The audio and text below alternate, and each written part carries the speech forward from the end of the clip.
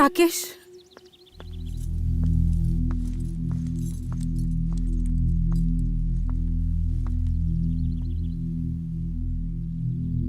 एगो पति पत्नी के रिश्ता में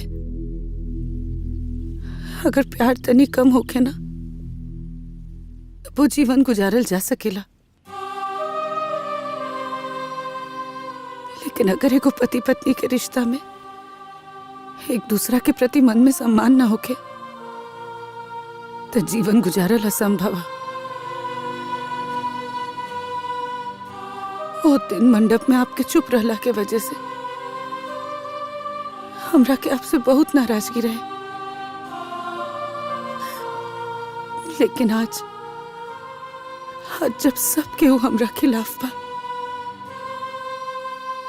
यहाँ तक कि हमरे अपन माता पिता भी हमरा से नाराज बाड़े, तब आप हमार साथ देता नहीं। आपके आंख में हम अपना खातिर सम्मान देख रहे बानी,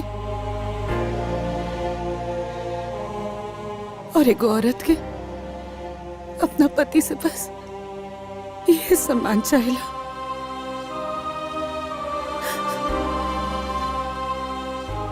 आज हमके एहसास हो गइल बा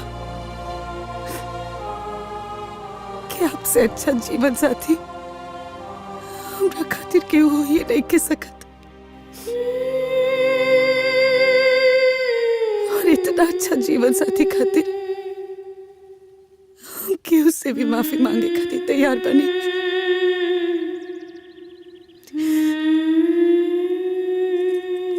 पापा,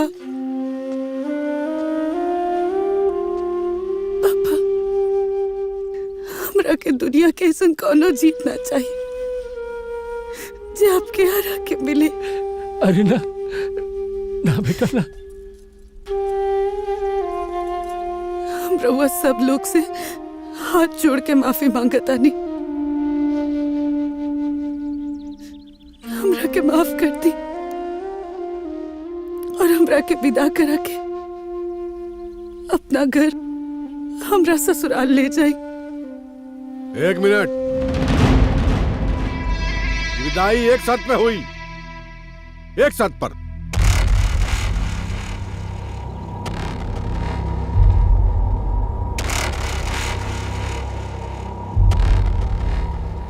एक शर्त पे ही विदाई हो सकेला, एक जोड़ा में विदा हो के हमारे घर जाई। सुखदेव भाई जी, तुम्हारी पैसा, तुम्हारी साजो सामान हमरा ना चाहिए।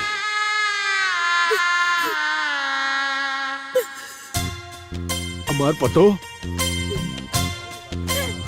एक जोड़ा में विदा होके हमारे घरे आए। अरे सुखदेव भाई हाथ मत जोड़ी।